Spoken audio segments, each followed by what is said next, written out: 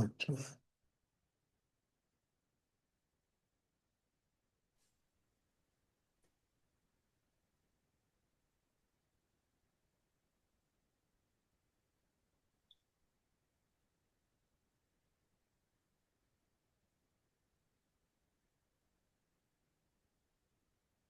Does anyone have a question?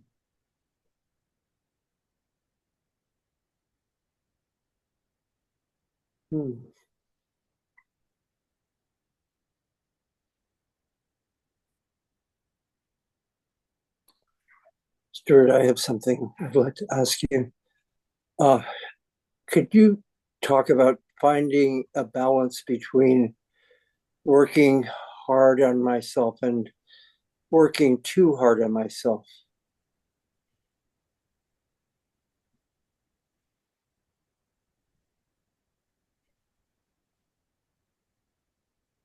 Look, I mean, how do I answer this? I mean, it's wonderful that you have the need inside you to work hard on yourself.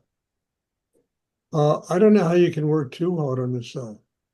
I mean, unless are sitting there for 12 hours a day and meditating, and I think that's just foolish.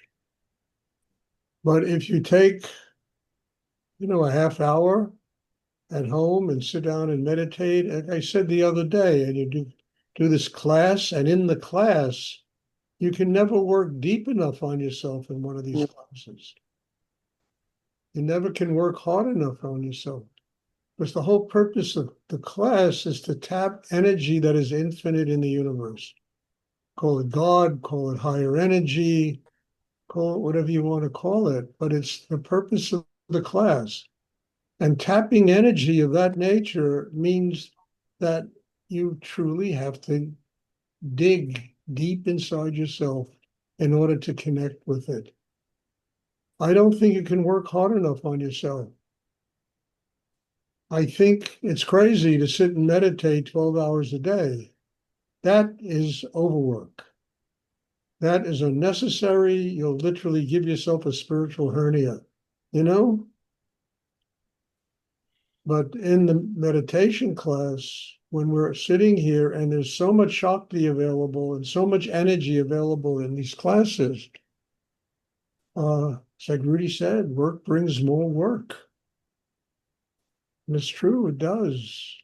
And there's no limit to how deep you can go inside yourself because what we're connecting with is energy that is literally infinite in the universe. There's no limitation. And in order to connect with that energy, we have to build a system inside that is strong enough to embrace it, to absorb it. It's very hard work. And I'll repeat it again, 12, 15 hours a day meditating is insane. There's no reason to do that. You'll destroy your spiritual life meditating like that.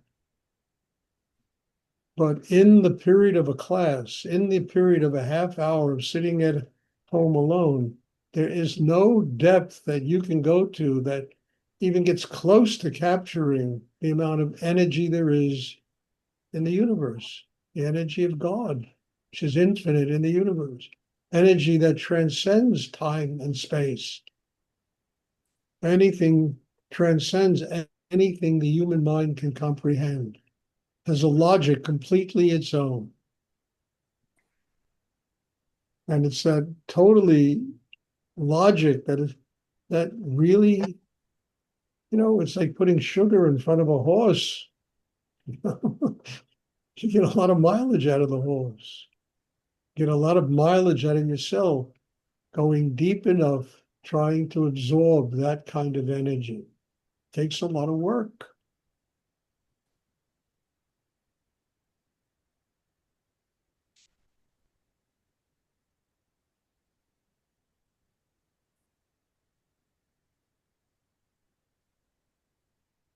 I hope that's clear. I don't know how to make it clearer. Thank you, Stuart. No, you're welcome. A good question, Pat, because a lot of people they do this work and they literally give themselves a spiritual hernia, you know, mm, because they force, you understand, they try to force it to happen. They're going to make it happen. Their ego said, I'm going to conquer God, you know. I mean, it doesn't work that way. It works because, you know, you have to learn how to relax deeply inside, to let it happen. Can't make a spiritual life happen. You have to build a chemistry, a system in yourself that is strong enough to allow it to happen. Don't push it. You just allow it because you have the chemistry inside that is strong enough to do that. That's also ridiculous. I mean, I've seen people in meditation trying to force the chakra system to open. mm. You know, they get so tight inside that the chakra system gets worse. It gets tighter inside instead of just relaxing. No, frankly, it's not easy work to just relax. People are so busy in their heads and so emotional and sexual energy and this and that. And they're like, it's like a lunatic asylum inside people. And just to relax means that you have to develop the craft of meditation that builds a chakra system inside you that allows you to relax and receive the energy of God.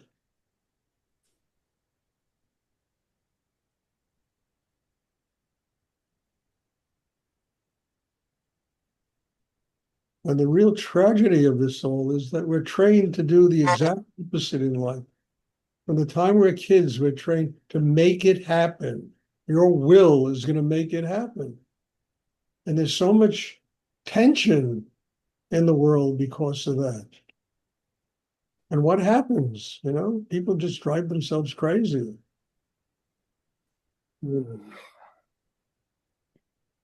But developing the craft of meditation, using the tools, the mind, the breath, the will, the need, to build a chakra system that lets it happen. It's strong enough to just defer to God and say, I surrender.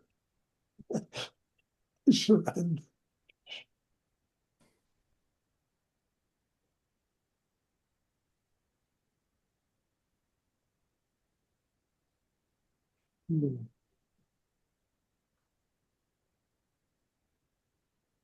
Does anyone else have a question?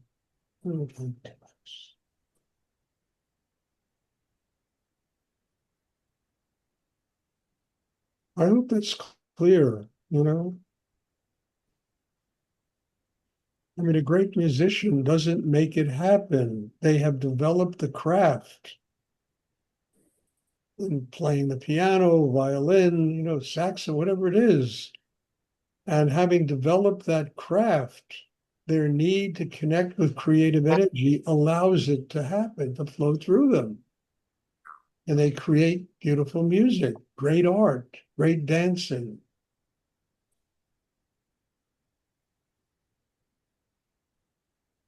Great life.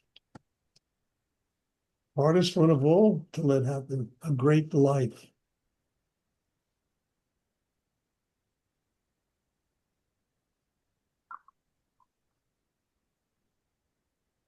Does anyone else have a question they would like to ask?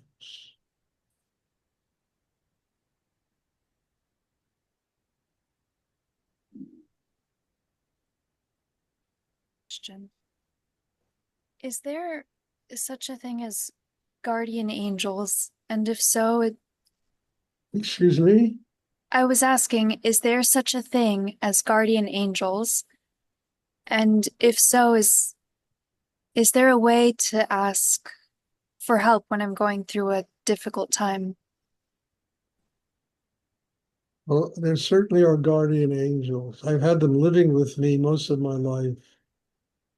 I've had protective forces around. Kerry, can you please sit still? You know, the class is going on and you're doing I don't know what there. So please sit still. Another 10 minutes, you know. Uh, look, yes, there are, I've had them in my life, I have them in my life. You know, these forces that have been sent to protect me against a lot of bullshit that goes on in the world. Magic, this, that, the other. There are a lot of crazy people. And when you grow to that kind of depth inside, that your responsibility is to not only yourself, but to truly nurturing many people through spiritual practice, you will be provided with guardian angels. You'll be provided with guardian angels. You need them. There's so much jealousy in the world. There's so many people that do really sick stuff in the world. Hmm. You need to have those forces working for you, especially if you live in service of a higher force in the universe. They send these angels, whatever you call them, protective energies to truly make sure. I mean, I have like, I used to call them Heckle and Jekyll, you know? I had these energies and they still live around me and protect me from a lot of madness that used to be thrown at me from people's jealousy and anger and trying to destroy my connection with Rudy and my connection with God. Yes, these angels exist and we need them.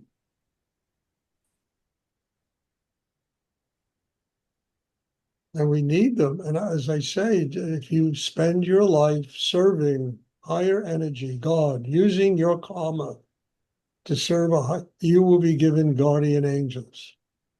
They will protect you.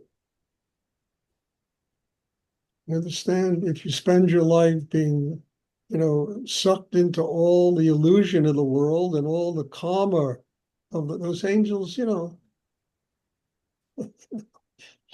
going to protect you. It's a matter of the choices we make and the reasons why we're alive.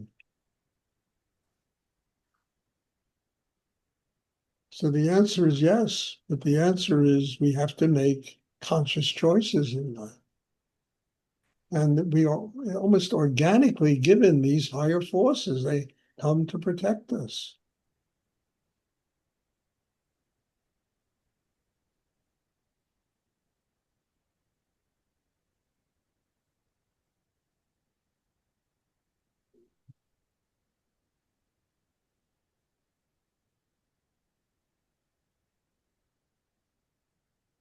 Does anyone else? I hope that's clear, Isabel. It's part of the evolution of your inner growth that you reach a point where you are ready to have these forces because you're doing service through love, through compassion, through teaching, you're serving a higher force in the universe. Those angels will be sent to you.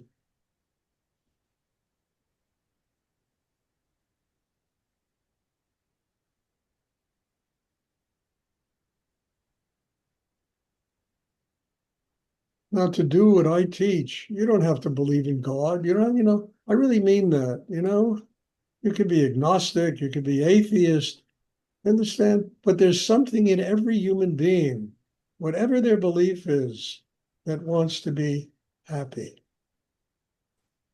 that wants to have a happy life.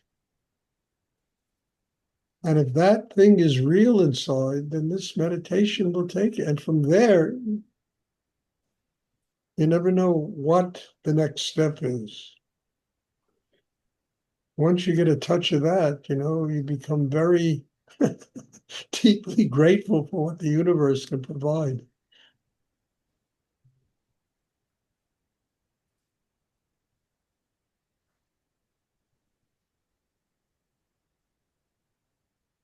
Does anyone else have a question?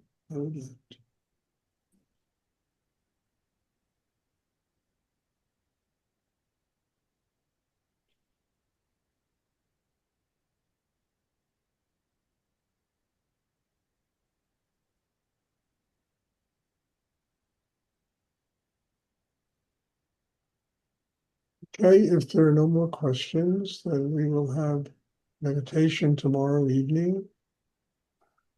And thank you all. God bless you all. I tell you, your presence really draws a lot of extraordinary things out of me, and I have nothing but gratitude for it.